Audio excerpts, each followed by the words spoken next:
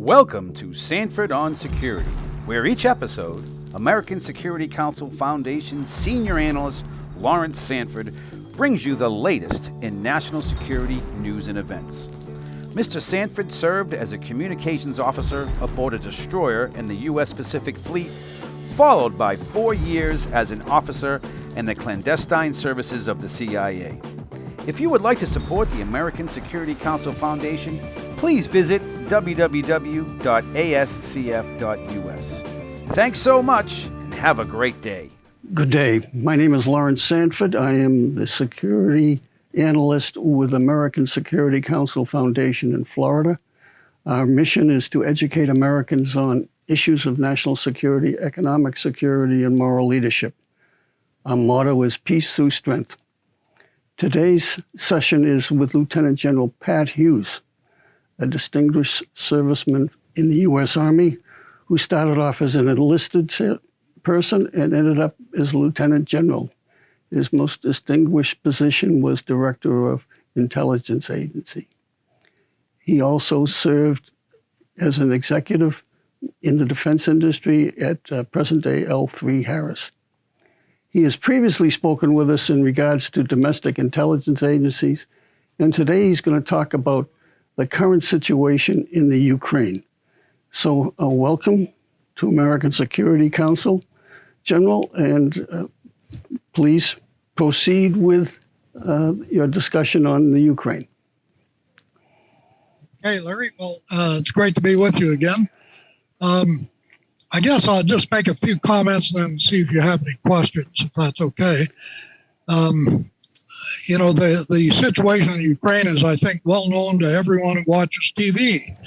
It's covered internationally and, of course, here in the United States, coverage of all different kinds in virtually every media platform.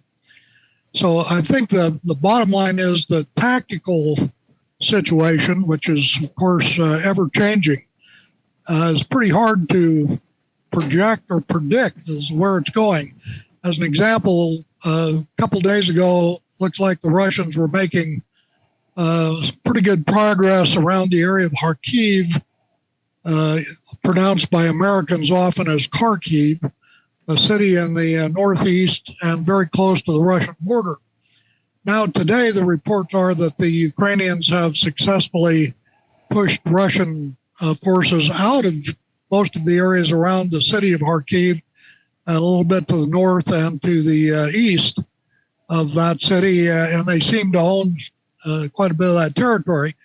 The speculation is that the Russian forces will now reconfigure, maybe rearm and refit a little bit, and then try again.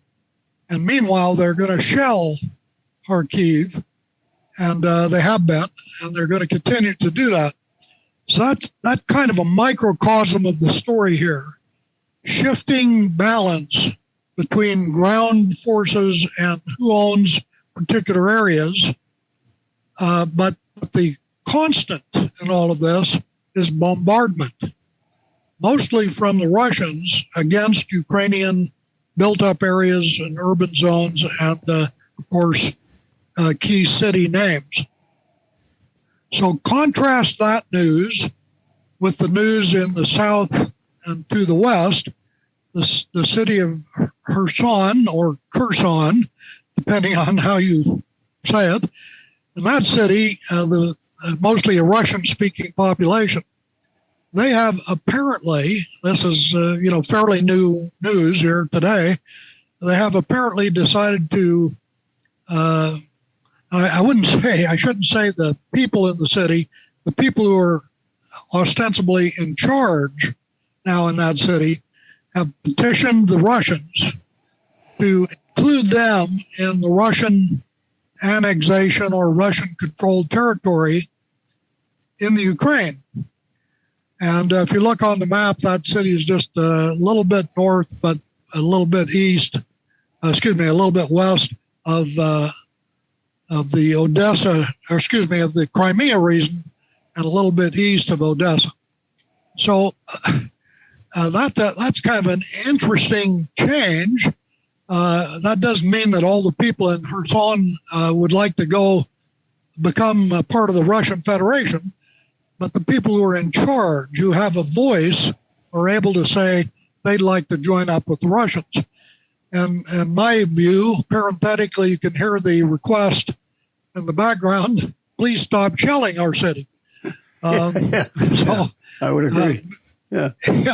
So meanwhile, Odessa, arguably one of the older, more iconic cities, if you will, in that part of the world, actually, with a long history, of course, of back and forth ownership or occupation of that city by a variety of imperialist forces over the years. That city is being heavily shelled and bombarded. Excuse me, where's it being shelled from? Well, it's being shelled from the sea, from the Black Sea, from both, I think, surface and subsurface platforms. And so shelling maybe is the wrong word. Bombardment by missilery is really what's going on there. There are also air-launched missiles. I would think that the Navy. I would think that Navy, though, would be a little gun shy after what happened to the cruiser Moscow. It's all about distance away from the shore, and whether or not you're moving, and whether or not you have anti-ship protection capability or anti-missile protection capability to interfere with incoming missiles. So the Neptune missile, which is highly regarded as a shore-to-ship or ship-to-ship anti-ship missile, is probably what has killed at least one major vessel, wounded another one or damaged it, and then there have been several small vessels that have been, I think, completely damaged by a combination of maybe missiles and drones. I think a killer drone has been used in at least one case. And interestingly enough, there's one good snippet of video now showing from a drone, showing a anti-ship missile hitting a Russian vessel on Snake Island. It's a very good video, and it kind of points up the combination of technologies and problems that you have here. Yes. So now to kind of summarize the issue in the east of Ukraine, it's hard to draw a line, but basically the Russians have not acquired territory or been able to hold territory, with the exception of the area around Mariupol, which of course is generally in their hands. Much is made about 100 remaining civilians and maybe even up to 1,000 Ukrainian troops who are underneath the steel factory and underneath the ground and are not capable of fighting beyond self-protection. And so, it's a kind of a moral point, a moral victory, if you will, that they're still there. But it is a futile statement to say yes that Mariupol hasn't fallen. It has, basically. Yes. So you kind of make an arc in the east, incremental gains, inconsistent holding, inability to sustain movement, and the rest of Ukraine is kind of occasional missilery, occasional shelling. That's it. Yeah. So now I'll just end my comments here by saying that the big questions really have to be now not tactical issues, although one can look at the tactical situation and kind of wonder about it, but the big issues are three. What's Russia's, if not goal, what is their intent? That might be a variable thing. They might intend to do one thing one day and another thing next. But if they have a strategic intent, what is it? Bullet number 2, what's the effect of the apparent inability of the Russian military to sustain themselves in tactical positions and hold territory or hold ground. And there's a lot of parenthetical issues in that second bullet.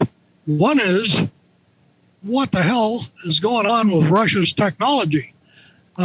We had a report yesterday about a Russian fighter, a Russian attack helicopter, I believe, which had a commercial handheld GPS taped to the dashboard in the cockpit of the helicopter. Yes. And quite a few of their missiles, let's call them rockets, missiles, shells, whatever, have either failed to explode or have been off target quite a bit. And so you just have to ask yourself some questions about that. Conversely, by the way, parenthetically in this second concern of what about the Russian military and their inability to act like maybe one of the more powerful militaries in the world, how about the Ukrainians? How about them Ukrainians?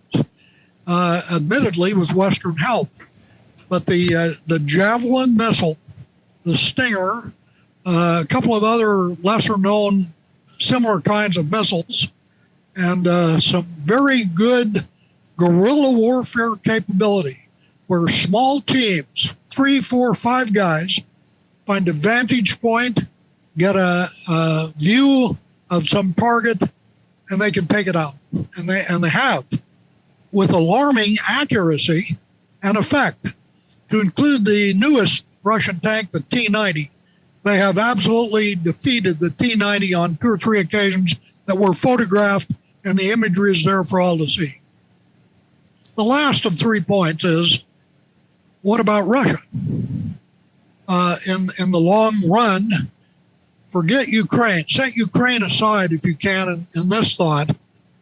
Whither goes Russia in the context of the larger issue of Europe, NATO, European Union, etc., and of course in the larger world?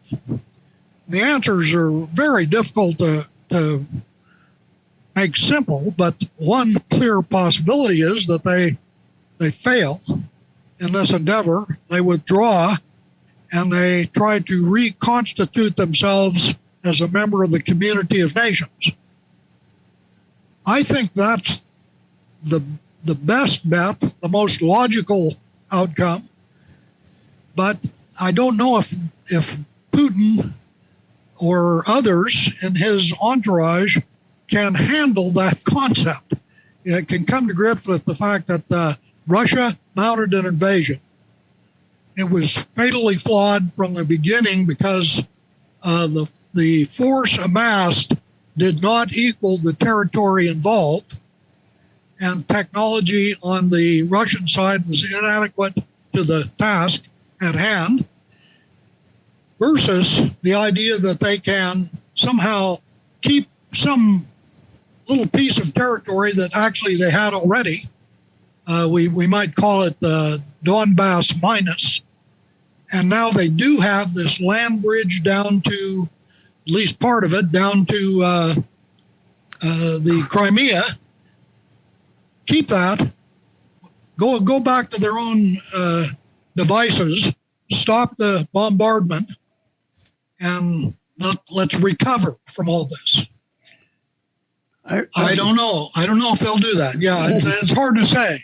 I read an interesting book called Putin's Playbook by Rebecca Koffler. And her basic premise is that Putin's been talking about this for 20 years.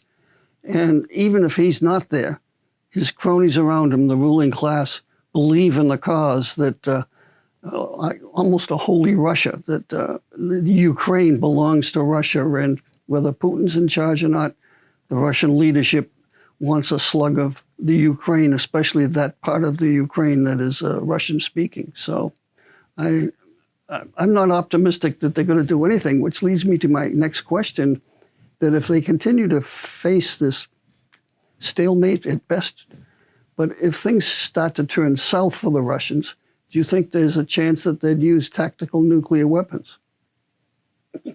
Tell me again what was your statement there?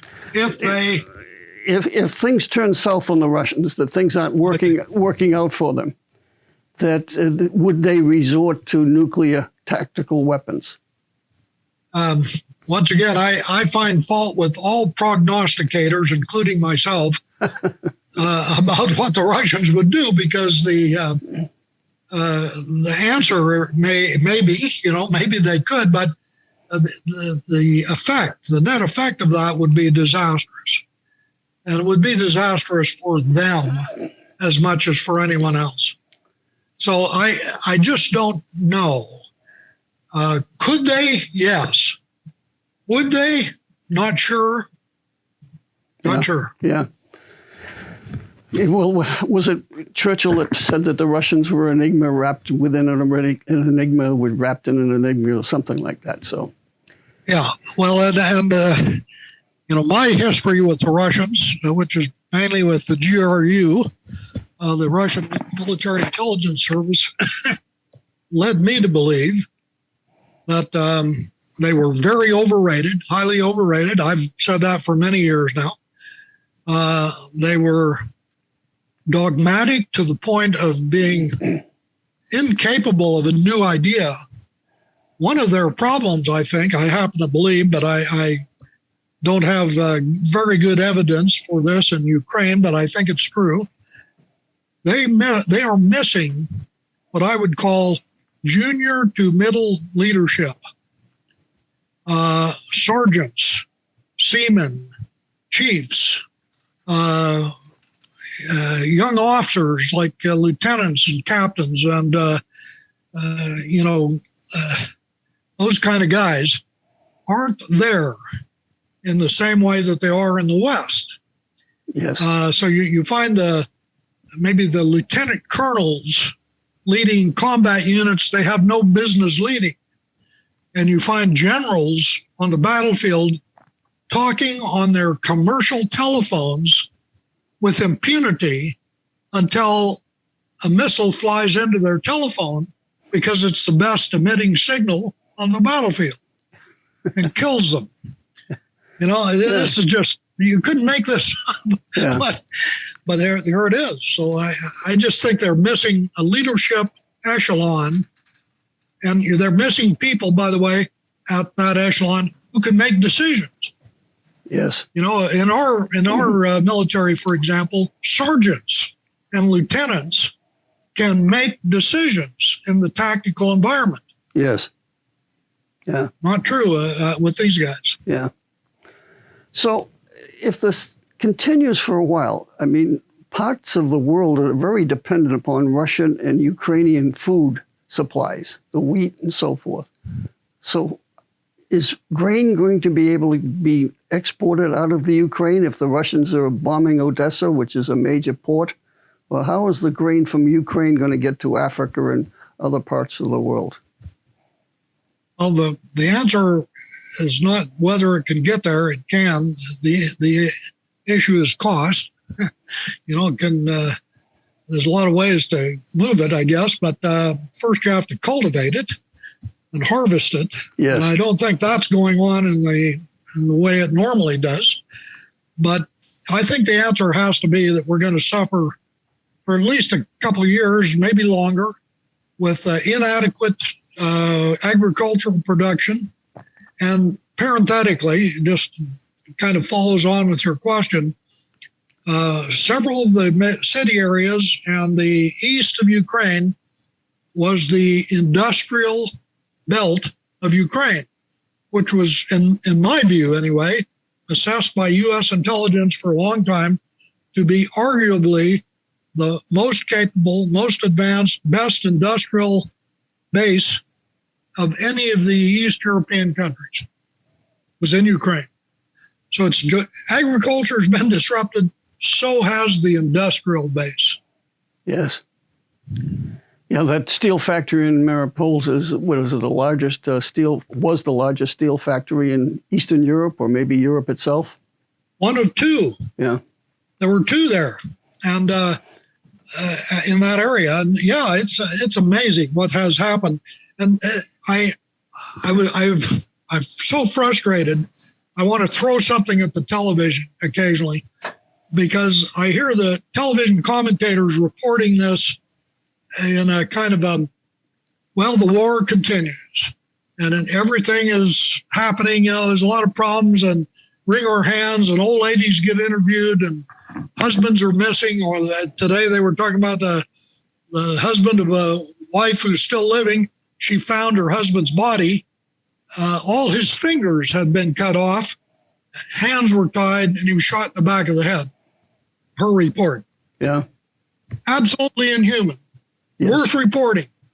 But it does nothing to inform the public about the broader, larger issues of utter destruction, disruption, disorganization, and eventually some form of recovery that will take years. Yeah. And, by the way, parenthetically, who will pay for it? Yes. Yeah. The argument that Putin was, as the Pope Francis said, shouldn't poke the eye of the Russians, and so the eastward expansion of NATO. Do you think that was an unnecessary provocation of the Russians, or that's just an excuse for the Russians to do what they were going to do anyways? I would like to think logically that it's a little bit of both. Yeah, yeah. I do think there are some, and we have to put ourselves in the Russian context. Yes. They have been, as you pointed out earlier, this is not something that happened this past couple of months. It's something that happened and has been talked about and discussed for many years. I think I believe I told you that I made a trip at the request of certain authorities here in the United States, along with two other retired generals, to the Ukraine in 2015. Did I tell you that? If you did, I do not recall. Okay, well, I did. Okay. and our job was to three old generals. One, the senior guy on the team was General Wes Clark. For several years, a European kind of guy and a European commander of U.S. European and U.S. NATO command in Europe. A logistician, a general named Caldwell, and an intelligence guy, me. Okay.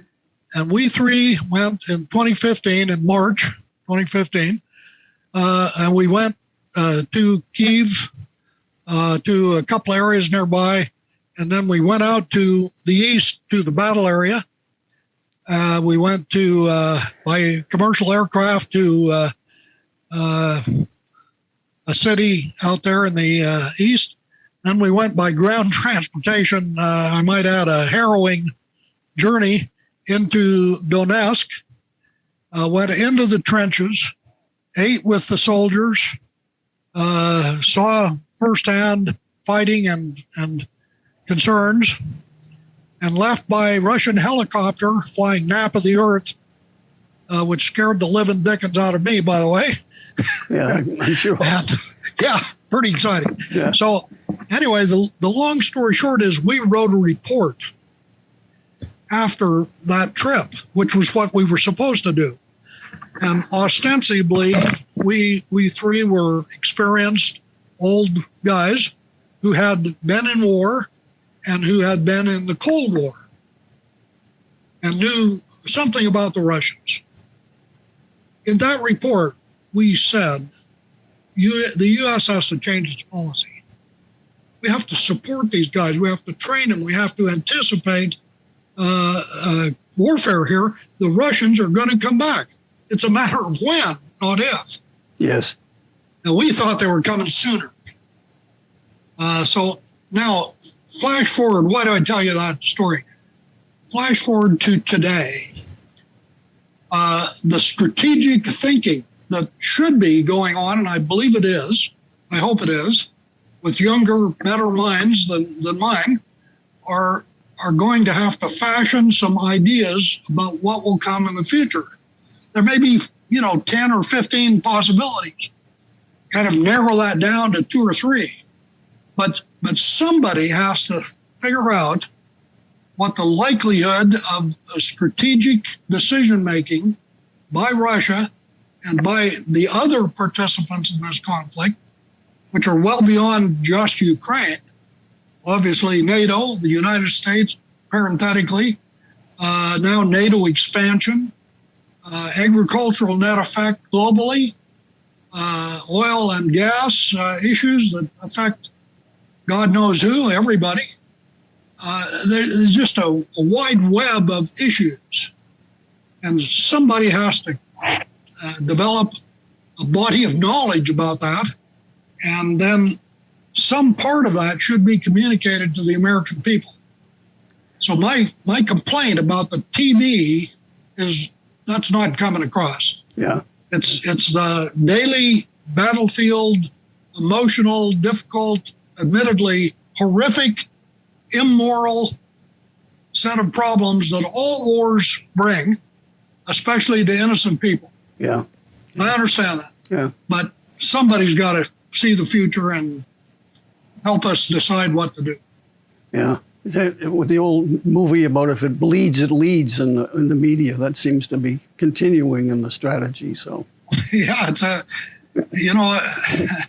it's just very difficult for me to watch some of this broadcasting on television, as I want to scream out to them, we got it. Yeah. Somebody cut the fingers off this poor man. His hands were tied behind his back and he was shot dead. Yeah. We got it. Yeah. Now, what's the larger problem and the possibility? And if it, by the way, let's suppose that it is, as you postulated, a nuclear weapon. What the hell do we do? I know. Good question. Yeah. I just saw where the Ukraine just shut off gas and oil to the Western Europe. So what the heck's that mean? So they just it's gonna have an effect. Yeah, they just shut off a pipeline. Oh. Of course, they've got two shaky countries there. Hungary, which did not want to go along with the natural gas embargo. Yeah. And I certainly, if I was a Hungarian and wanted to be warm this winter, I could understand that. Yeah. And then the other country that's actually seems to be pretty interesting here is Finland. Not a NATO partner, but thinking of joining. Yes. Yeah. Sweden's thinking of coming with them. Yeah, I'm surprised. I must say, I'm surprised. Yeah. Well, that exacerbates that actually on the surface sounds pretty good, but beneath the surface, it exacerbates the problem Russia has already stated they have. Yeah, I agree. Yeah, and Finland certainly did a pretty good job back in 1938, 39 against the Russians. So I don't know if they did a good job. Yeah. I don't know if they'd want to fool around with them again either. So, yeah. So, well, it's one of those things that the more you study it, sometimes the more you realize you don't know what's going to happen. You don't know what all the stories are.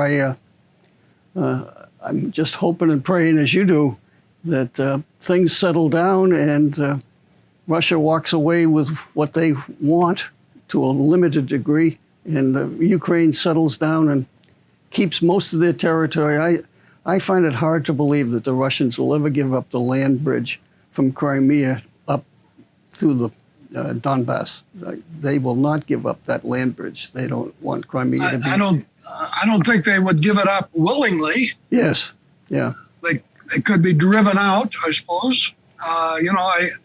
I think there are quite a large number of analysts and people who believe that the Ukraine is capable of winning, end quote, the war. Do you? The Russians. That's another thing I learned about the Russians when I was dealing with them, is they are thugs. Yes. And like all thugs, they will start out with a club. They'll try to club you into submission. If that doesn't work, they'll pull out a knife. If that doesn't work, they'll pull out a gun. If that doesn't work, the gang will show up, armed with guns, and they'll confront you with overwhelming force. If that doesn't work, they'll run away and try again another day. I think the Russians are at the club stage. They have not yet pulled out their knife. Okay. They have not yet devolved to guns. In my figurative example here, metaphorically. Okay. So I think they're a long way from running away. Yeah. But if they could reach a good agreement with Ukrainian government to keep some part of what they have, including that land bridge, they might do it. Well, let's hope so. Let's hope so, General. I see our time is rapidly ending. Is there any final thoughts? My only final thought is I appreciate your information and your insights, and I think it's terrific. Sure. Again, thank you for participating. Yeah, I'll give you my one final thought real quick before we wrap up. We've talked about an area of the world which is fairly well defined and actually not very big comparatively. If you look at the rest of the world, including the traditional threat countries that we know about so well, and led by China, which is still, in my view, the primary existential threat against the United States. I agree. And if you look at all of the other turmoil that either is ongoing or has the potential to be ongoing, including inside our own country, I would refer to this as an unsettled global condition trending toward disorder. Okay. It certainly is disorderly, that's for sure. So, and you're right, we have other threats going on. Sometimes it almost seems, where do you start and where do you even begin in addressing these? When's the last time you saw a kind of a frontline report on Iran, North Korea, Pakistan, India, People's Republic of China, anything in this hemisphere, or Africa? Well, it's my job to pay attention to these things, but you're right. It certainly doesn't get much press coverage, that's for sure. Yeah. And, we're talking not about you or me. We're talking about the people of the United States who have to kind of understand the larger context and the larger dynamic, but don't. Yeah, well, that's another issue in itself, I'm sure. So, yeah. Okay. Well, again, General, it's been great talking to you again, and I appreciate your time and your intelligence. Thank you very much. Nice talking to you, and I hope everyone there on the middle coast of Florida is doing well. We're all doing well. Same to you. Thank you very much. Bye. Bye.